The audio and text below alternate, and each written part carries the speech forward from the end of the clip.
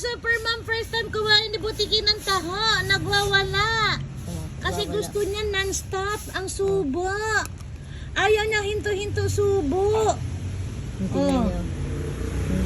Huwag mo nang inggitin. Iyakin pa eh. Da? Eating protein. Pero yung taho niya guys, walang ano. Walang carnival. Ubus na nga. Hoy! Aswang! Gusto niya sunod-sunod. Da? Masarapan siguro siya. Kasi may lasa din yan eh. Oo nga. Yung lasa na niya parang malat-alat na. Wala na. Bawal na. Hinalo ko na iba dun eh. Try lang naman to. 1/4 lang. 1/4 ng baso. Saan nakapunta si Joe Abdi? Laguna. Ano yung sakyan niya? Nakisabay siya dun sa kaibigan niya na may van. Tapos?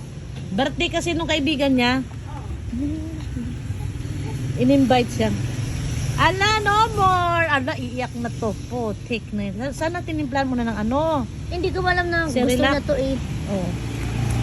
Yay! No more finish! Nagwawala si Butiki. Nagwawala si Butiki. Simutin mo. No more na, Cerelac na lang. Timpla Cerelac.